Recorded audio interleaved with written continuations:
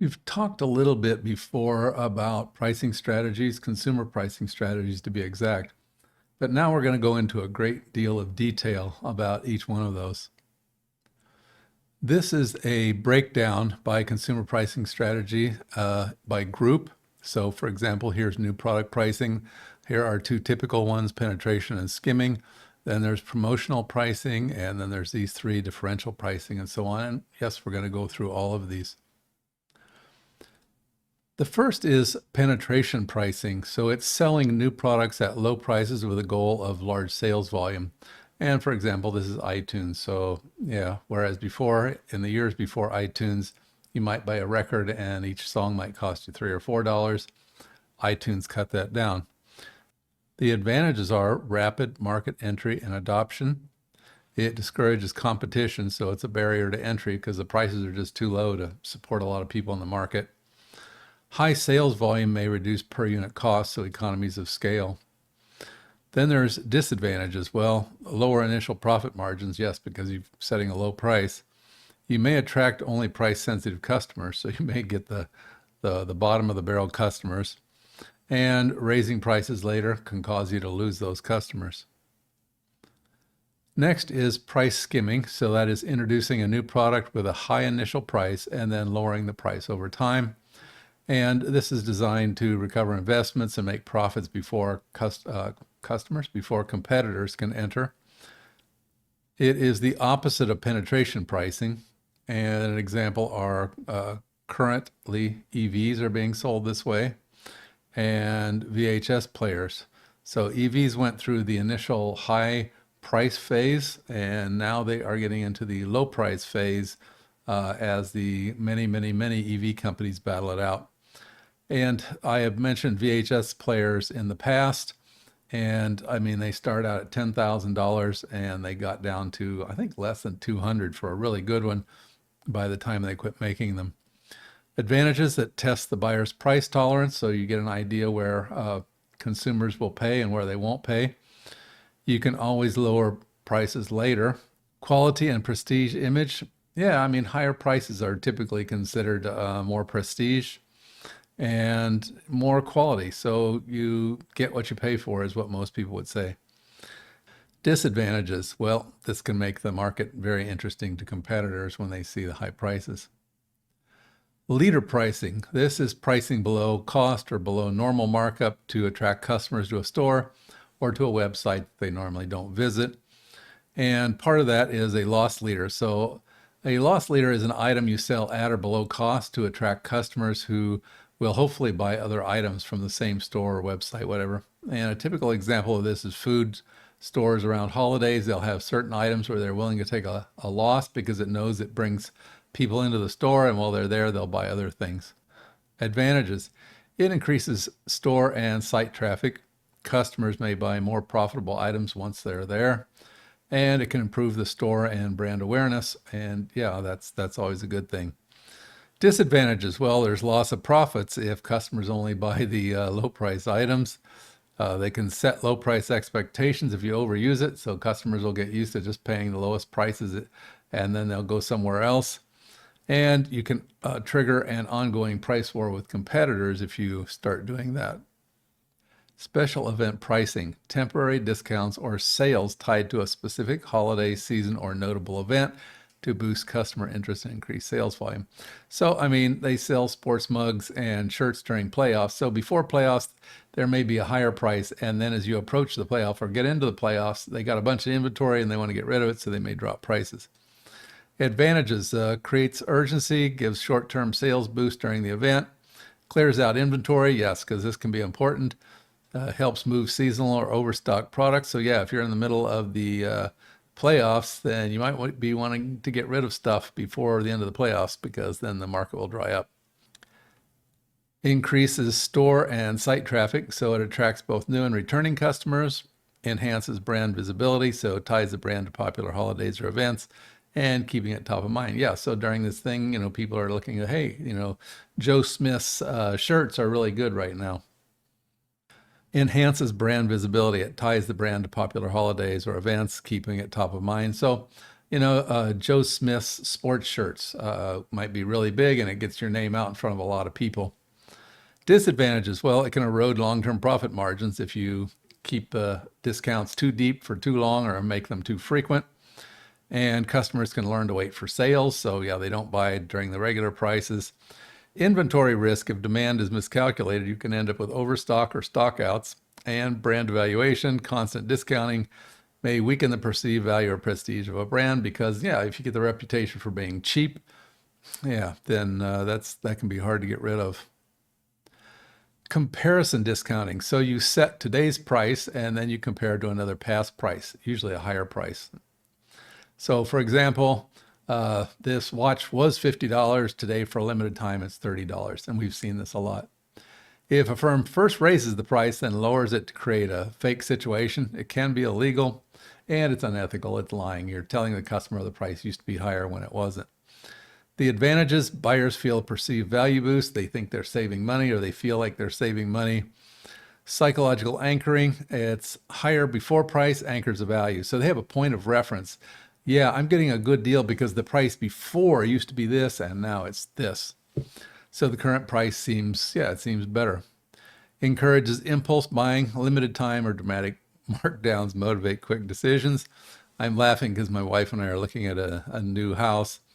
And we went into one place the other day and they did exactly this stuff. If you buy today, we'll drop, this much or it's like $50,000. We'll give you this. We'll throw in that. We'll upgrade your kitchen. We'll all these other things. So yeah. And I asked the guy, I said, okay, so it's only like right now or for this week? And he said, yes, for this week. And I said, so if I come back next week and you forget it's me, then you'll give me all these same discounts. He kind of laughed. He knew I was onto it. So yeah, it can be kind of humorous when you know the rules behind the game. Versatile and easy to implement, works across physical and digital retail and with both high and low ticket items. So high cost and low cost items.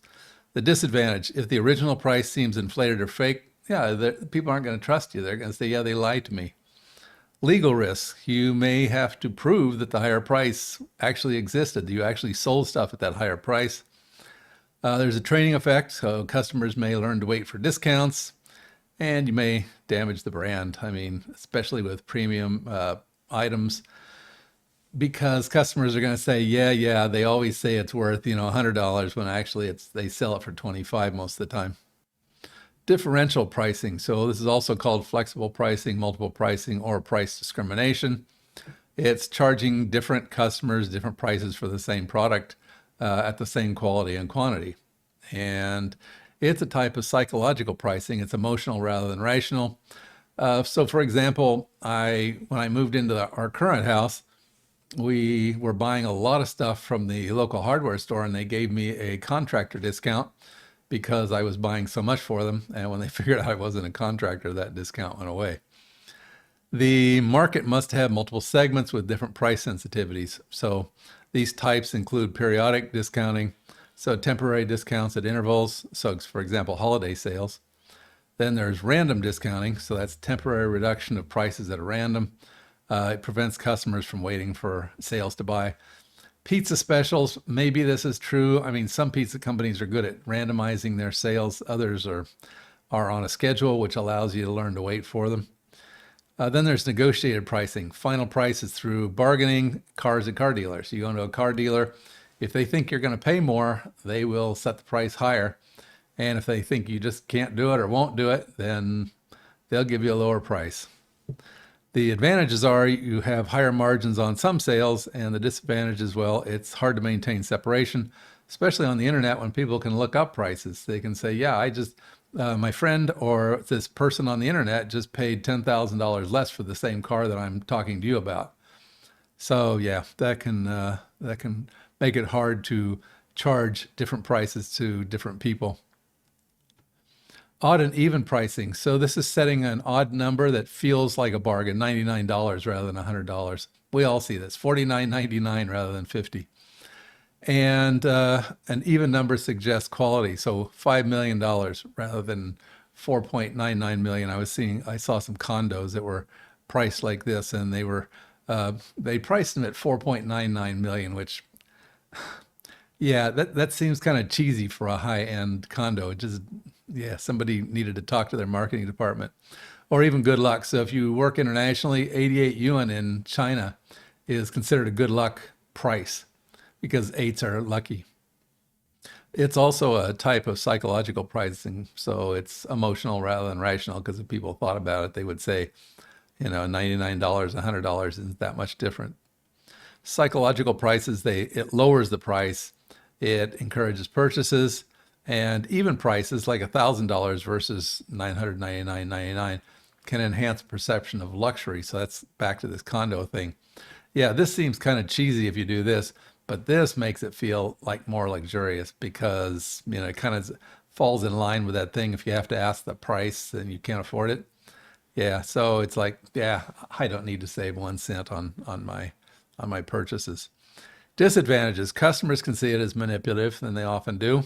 The effectiveness diminishes with overuse. Yeah, the more you use this, the more it does seem cheesy. And it doesn't work equally well in all cultures or markets. Some people, are used to this and it has no effect on them. Multiple unit pricing: it's setting a price for two or more units, and it's another psychological pricing thing. Grocery stores, one can for 50 cents, but two cans for 98 cents. So basically, it's 49 cents a can. Advantages: it can stimulate increased sales and revenues. It can also be used to clear over inventory. Yes, if people buy more because they see it as a bargain. Disadvantages: well, you have some loss of profit margin. Customers may wait for sales, and you set expectations for lower prices in the long run. Then there's reference pricing. So this is displaying a reference or original price product next to a lower price product to influence customer perception.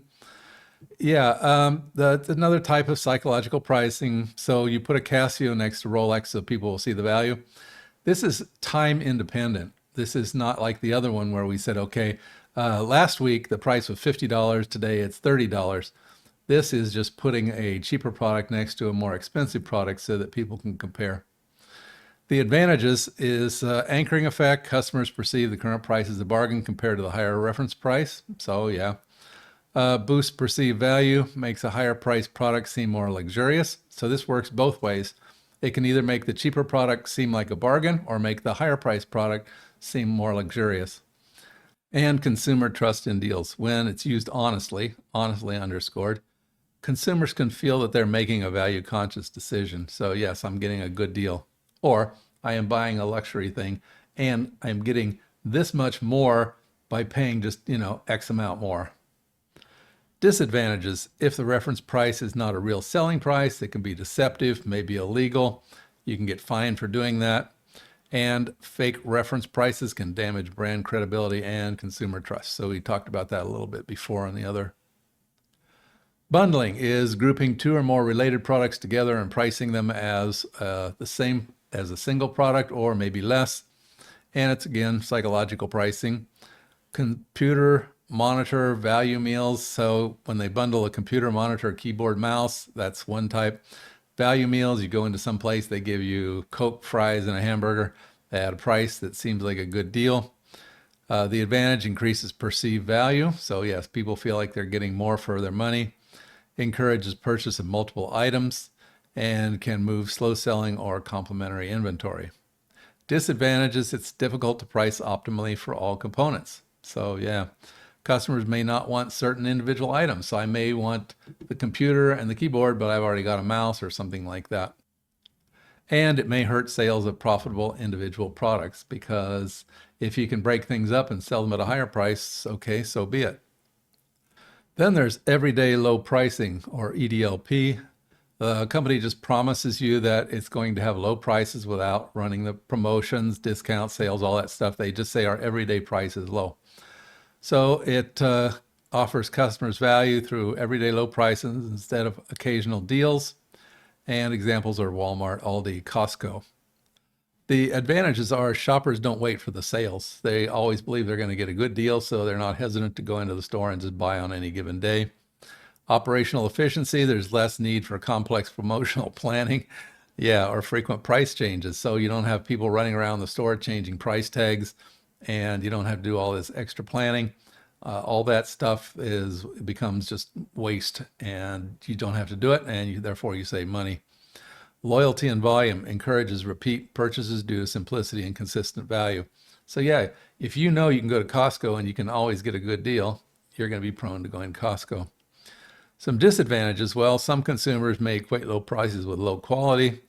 You get price wars, competitors can undercut prices, you end up with thinner margins, and lack of promotions can make shopping feel just, ordinary, bland, like I'm not really getting a special deal.